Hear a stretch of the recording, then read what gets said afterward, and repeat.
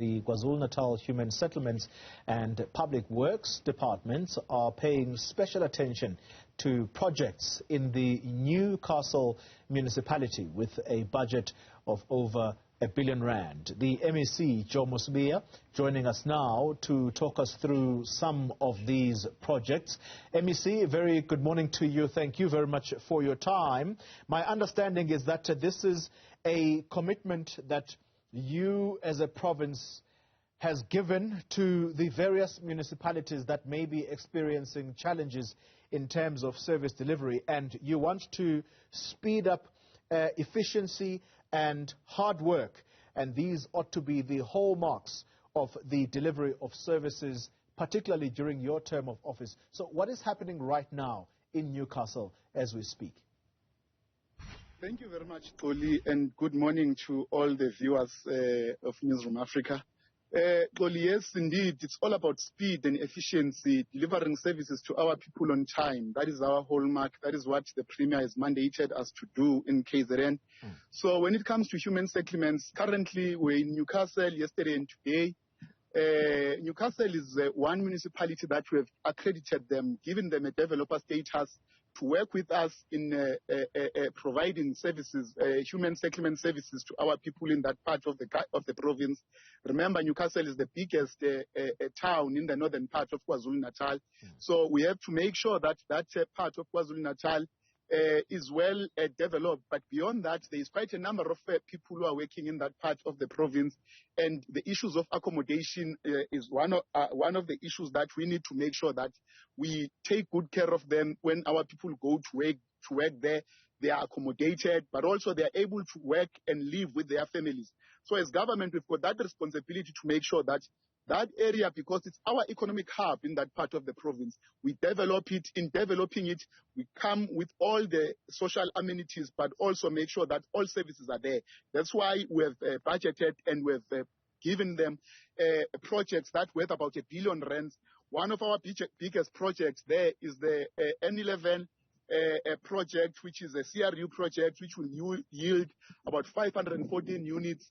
And then we've got another social housing project, which will yield about more than 1,000 units, that social housing project. Yeah. Then we've got another one of service sites, which is going to yield about 13,000 service sites, because we are also trying to make sure that we strike the balance between building houses and providing our people now with service land, service sites, with water, with electricity, with sewer and everything. So that's what we are doing. And we are monitoring this money, because one thing that we can't afford to do is to stall the service delivery to our people. We're trying to speed up the issue of service delivery at all costs. MEC, while the residents who may be watching you right now will appreciate your words that it is service delivery that is the main reason you are doing this, however, projects such as the ones that you are exploring or seeking to undertake right now, they will always also be viewed with suspicion in terms of corruption. What safeguards are in place to make sure that money does not go to those with corrupt intentions? Quite correct, Toli. We're a different generation. Corruption at a certain point, if not now, it has to be now anyway. Corruption can't define this government. We are very determined, some of us, that we can't have a government that is seen as a corrupt government, and we are making sure that we are cleaning anything that might be suspicions to our people. That's why I was in Newcastle. That's why I'm in Newcastle, because one thing that I'm doing is to make sure that I play my role, and part of my role is to play oversight over the monies that we give to municipalities, over the monies and the budget that has been given to us. We need to play oversight as executive authorities, but also the officials in the department. They understand very well that every single cent that we are putting into Newcastle, that R1 billion must be monitored, it must be accounted for.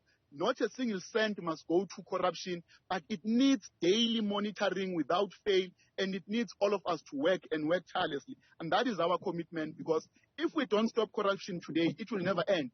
But we are saying to our people, we are determined as government, and it's our mandate that we must rid this country free of corruption And it can only be done by us and nobody else. And we can't continue complaining and be part of wrong things. It's us who must make sure that we clean everything. Even those who are given these projects, we're making sure that they get this project based on legitimacy, based on all policies and legislations have been followed, and a good governance is part of everything that we do.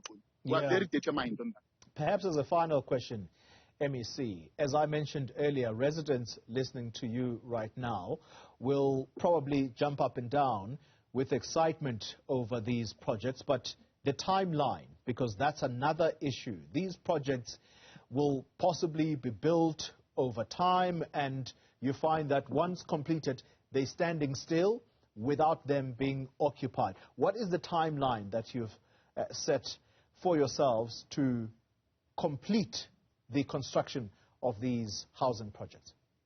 We are quite correct, Tuli. Quite correct. It's one of the things that have been happening, but I can assure you once again, and mark my word, hold me on to this, these projects will be completed on time. In fact, before time, all of them.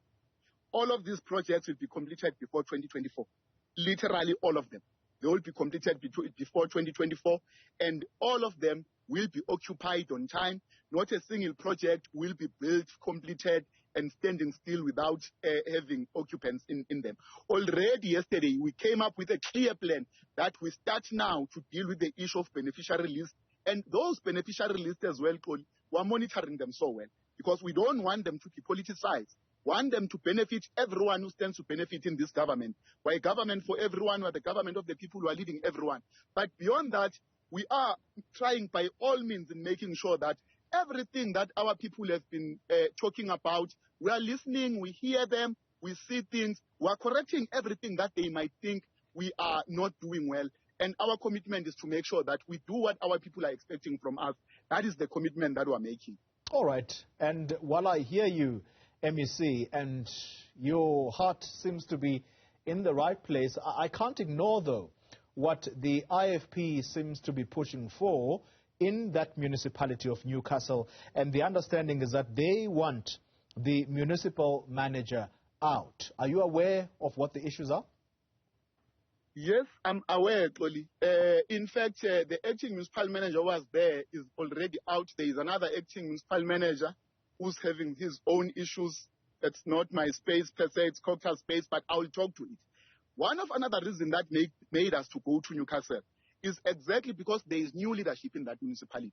We want to make sure that they understand what they are expected to do and what are our expectations and what needs to be done, so that if things are not done properly, because we gave them a developer status, we accredited them to be part of our implementing agents. If they are not doing what they are expected to do, we'll invoke that status fully, definitely without any hesitation, and make sure that there is nothing that is being done incorrectly and do those projects by ourselves. That one, we are determined as well. We won't fear taking such decisions, because at the end of the day, such challenges that currently is faced with, by the municipality of Newcastle, one of the challenges, there is no proper accounting officer in the municipality, because our budget that we're putting there needs to be accounted for. If there is no proper accounting officer, then there will be a challenge when it comes to service delivery. Once there is a challenge in service delivery, it becomes our challenge. And the buck stops with us when it comes to the issue of human settlements in the province. So we are very much aware. We went there because we are seeing red flags, but we are being proactive to avoid any challenge that might continue. But if it continues, we are very much aware. They are on our radar. There is quite a lot of our money. It's R1 billion, and we can't just ignore that. There are presidential projects that are there, and we can't just fold our arms and hands and just look things falling apart. But we believe they will correct those things. All right. That's the KZN MEC for Human Settlements, Jomo Sibiya. Thank you very much for your time.